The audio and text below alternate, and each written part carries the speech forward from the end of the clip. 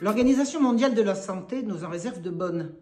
Il y a quelques années, j'ai relevé une déclaration, introuvable depuis, dommage que je n'ai pas fait de copie d'écran, qui disait, je cite, « L'OMS ne peut œuvrer efficacement en faveur de l'égalité des sexes et de l'équité en santé sans examiner sa propre situation à cet égard.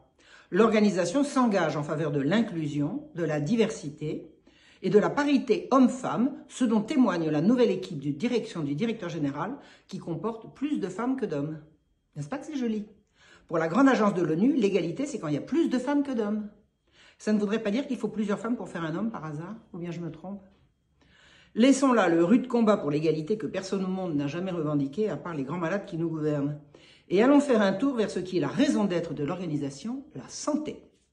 Nous allons parler ici de santé sexuelle, un concept élaboré en 1972 et publié pour la première fois en 1975 avec la définition suivante, je cite. La santé sexuelle est l'intégration des aspects somatiques, émotionnels, intellectuels et sociaux de l'être humain sexué, de façon à parvenir à un enrichissement et un épanouissement de la personnalité, de la communication et de l'amour. Fin de citation. Que peut bien signifier ce galimatia? On va intégrer quoi à l'être humain sexué? Et l'être humain pas sexué, ça serait quoi? C'est du charabia. Et que signifie enrichir et épanouir la communication? Il convient de relever qu'on parle d'enrichir l'amour, même si on ne voit pas bien le rapport avec la santé ni ce que ça signifie. Consciente sans doute de la nécessité de faire plus clair, l'OMS revit sa copie en 2002 pour nous donner une nouvelle définition qui mérite cette fois qu'on s'y attarde un peu. Je cite. La santé sexuelle est un état de bien-être physique, émotionnel, mental et social relié à la sexualité. Elle ne saurait être réduite à l'absence de maladie, de dysfonction ou d'infirmité. La santé sexuelle exige une approche positive et respectueuse de la sexualité et des relations sexuelles, ainsi que la possibilité d'avoir des expériences plaisantes en toute sécurité, sans coercition, discrimination ni violence. Pour réaliser la santé sexuelle et la maintenir, il faut protéger les droits sexuels de chacun. Fin de citation. Ça n'est pas moins abscon que la précédente définition, mais c'est plus détaillé. Notons tout de suite que l'amour a disparu et que la santé sexuelle exige une approche positive de la sexualité. Dirions-nous que la santé physique exige une approche positive du corps ou la santé mentale une approche positive de l'esprit? C'est encore une fois du charabia, comme la formule, pour réaliser la santé sexuelle, comme si on réalisait la santé mentale ou physique, en luttant par surcroît contre la coercition, la discrimination et la violence. Cette définition cache mal la perversité de l'approche. On accole une notion sanitaire à un ensemble de pratiques reliées à la reproduction de l'espèce et relevant de l'intimité.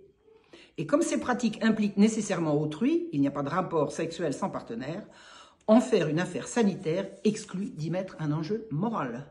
Or, s'il est un champ où la morale s'impose, c'est bien dans celui des relations entre les personnes, non? L'Organisation mondiale de la santé nous présente d'emblée la santé sexuelle comme amorale, contraire à la morale, hostile à la morale.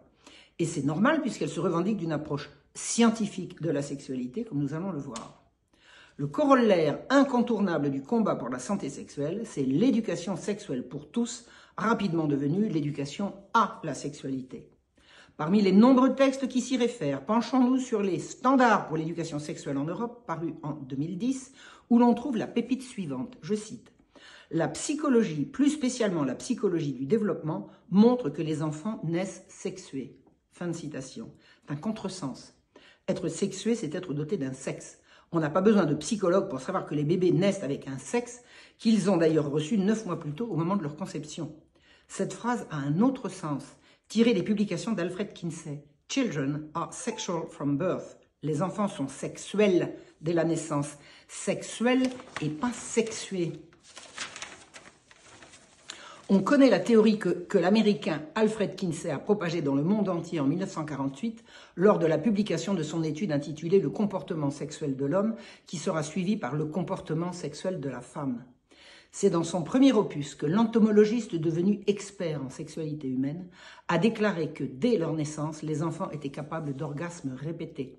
De cette affirmation, il tira la conclusion qu'il fallait les éduquer à la sexualité dès leur plus jeune âge, et c'est Kinsey qui sert de référence à ces programmes d'éducation à la sexualité dont on va gaver les enfants dès l'école maternelle au titre de leur santé sexuelle. Or, il n'y a pas de doute que Kinsey était un criminel, que les enfants qu'il a observés dont il a observé, les pseudo-orgasmes ont été violés par des pédosadiques et qu'aucune de ces conclusions ne peut être considérée comme scientifiquement étayée. Ce qui permet de dire que les programmes d'éducation sexuelle promus par l'Organisation mondiale de la santé au titre de la santé sexuelle, programmes qui traumatisent les enfants, indignent les parents et renversent totalement les valeurs de pudeur et de retenue, sont des programmes criminels. Il suffira pour s'en assurer qu'une commission d'enquête aille étudier ce qui se trouve à l'Institut Kinsey, qui a désormais son siège à l'ECOSOC, sans que jamais... Il suffira pour s'en assurer qu'une commission d'enquête aille étudier ce qui se trouve à l'Institut Kinsey, qui a désormais son siège à l'ECOSOC, sans que jamais quiconque ait pu aller voir ce qui s'y passait. Il est encore temps d'exiger une telle enquête.